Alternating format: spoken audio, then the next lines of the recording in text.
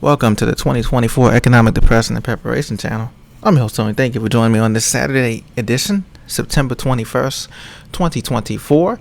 As we're heading closer and closer to the fall months and to the end of third quarter and the beginning of fourth quarter, people are wondering how many more times will the Federal Reserve Bank slash rates here.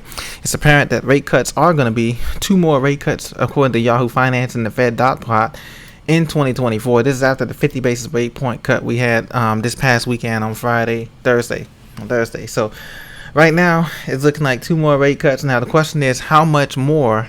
How much will it be? Will it be another 250 point rate cuts later this year, or will it be 225 basis rate point cuts this year? Many people expect it to be 25 basis points, 25 basis point rate cuts equaling 50 for the round out the year, while some of the lesser known economists are expecting actually 250 basis point rate cut, 2 more jumbo cuts this year, depending on the economic data. So they'll probably look at the data and they'll probably decide, well, if the job market is not really picking up and things are really slowing down, then they'll have to go with the jumbo rate cuts, 2 jumbo rate cuts for the remainder of this year, 2 more 50 basis point rate cuts. But if the data picks up and if there's more hiring, or if there's more weakness in inflation as well, then they'll go with 225 basis rate cuts. But cuts are coming here, and that's getting the markets excited. That's getting gold, silver, Bitcoin. That's getting everybody excited, because that means more spending power is available to Americans, supposedly, allegedly.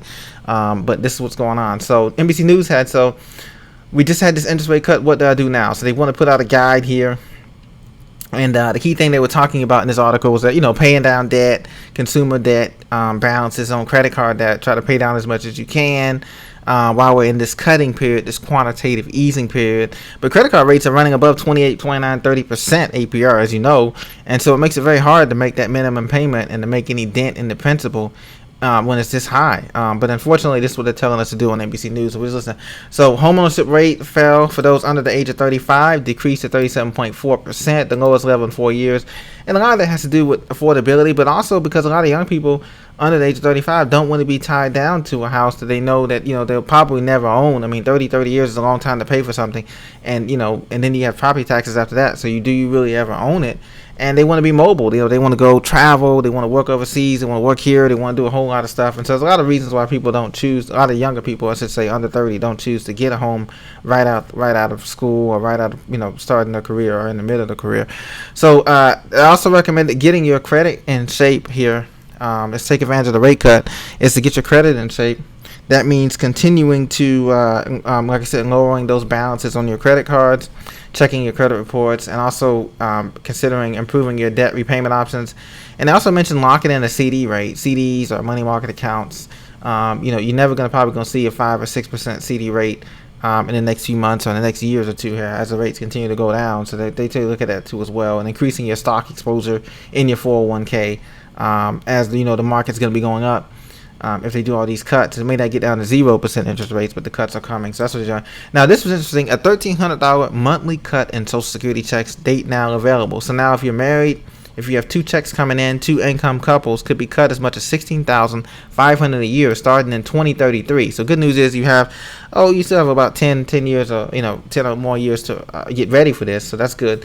But they're saying that they're going to be cuts. And that's why I think when people tell me they say Social Security is going to be running out in 2034 and they're going to be saying all that stuff, I don't think it's going to be running out. I think it's going to be more of a cut, a reduction, an offset in the amount of the Social Security you get, depending on your age and your full retirement age and all that stuff that they talk about. So many retirees will see a drop in benefits if nothing changes in 2033. So the old age survivors and trust fund here. So once again, retirees could face around 21% cuts in their Social Security checks here.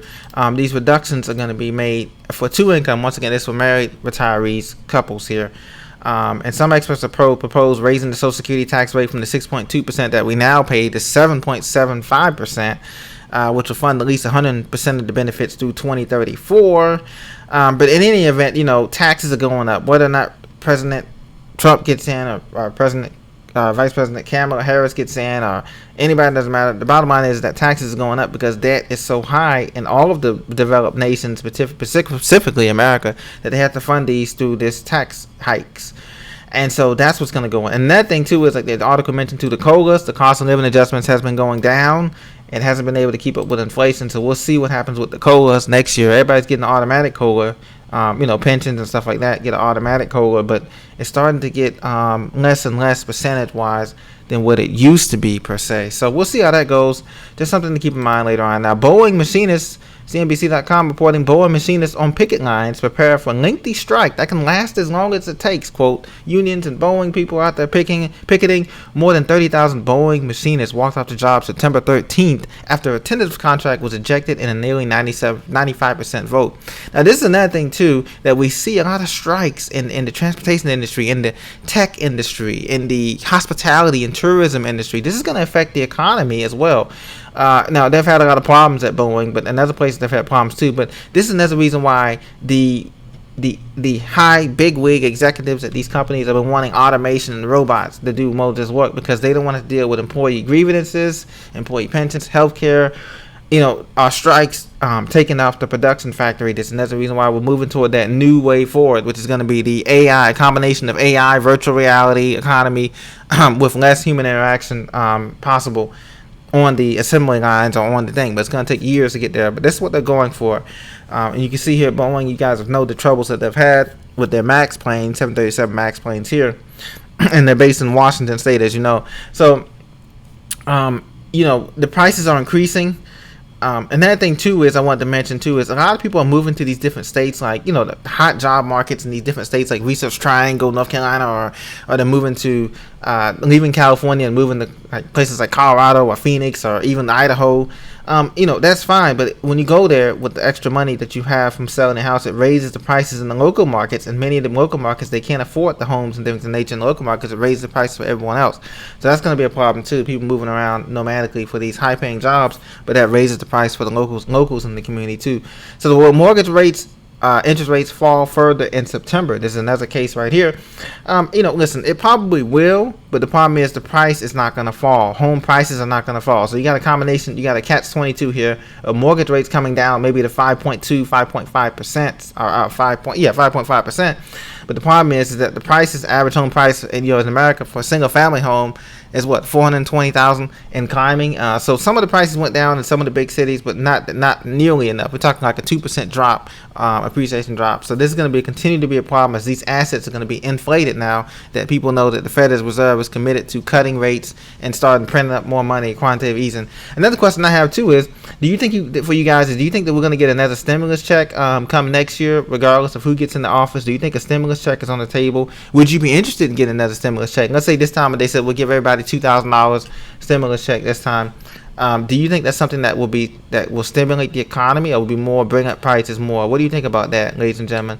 I'm not too sure if that will actually be on the table, given the debt load and given the size of bills that America has. But it's something that they could consider, especially during an election year, to help bolster their vote and for this economy. So let me know what you think in the comments. Continue to prepare. Like I said, you want to take care of the basics. Even though these rate cuts are here, you want to take care of paying down your debt, living minimalist lifestyle if you can. It's okay to treat yourself every once in a while. I'm not totally doom and gloom, but try to live conservatively as possible, because like I said, things can change on the drop of a dime. One minute they're cutting rates, next minute they're raising rates by 50 points or 75 points depending on the data that we have here.